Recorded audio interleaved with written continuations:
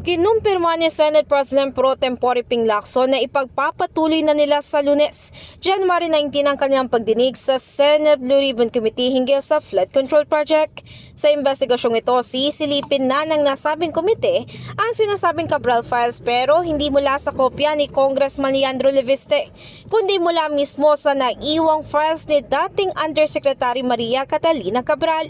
Maliban pa rito, sinabi naman ni Lacson na titingnan din nila ang mga ulat na kanilang natanggap na ginamit ni dating House Speaker Martin Romualdez ang diskayas para bumili ng house and lot sa isang sikat na subdivision dito sa Makati City na hindi muna nito pinangalanan. We would like to clarify persistent reports that former Speaker Martin Romualdez had purchased a house and lot in a plush subdivision in Makati City using the disguise as front in the said sale. If verified to be true, this could possibly establish a direct connection between the former speaker and the disguise. In this regard, we may invite the former owner of the property to shed light.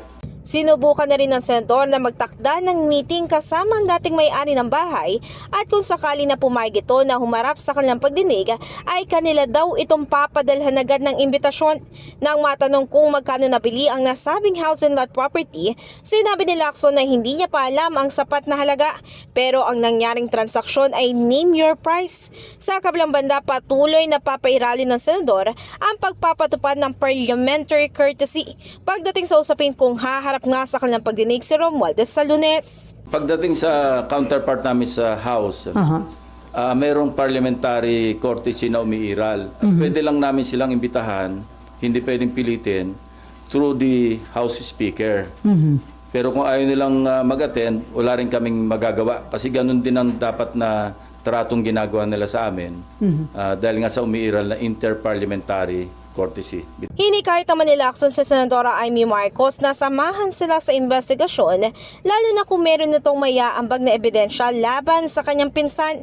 Samantala, sinamantala na rin ni Lacson ang pagkakataon mula sa kapihan upang sagutin ang patutsyada ng Senadora noon na baka mauwi sila sa sabunutan at mainam daw kung magkakaroon ng pagtingin sa compact mirror bago nga magbigay ng payo.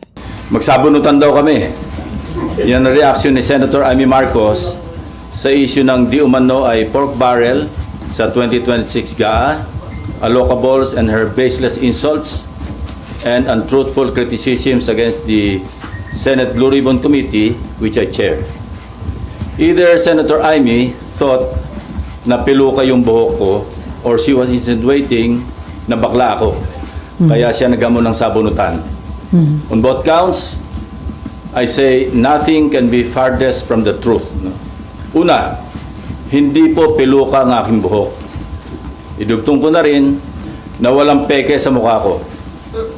Hindi rin pustiso ang ngipin ko. My teeth are all mine. Ulitin ko, walang peke sa anumang bahagi ng aking mukha. Pangalawa, lalong hindi ako bakla. Agad namang pinabalaan na ni Marcos na tinawag niyang bakla si Lacson.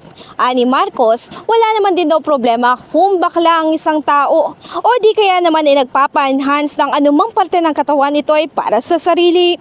In the heart of changing lives, ako si Brigada Ann Cortas ng 105.1 Brigada News FM Manila, The Music News Authority.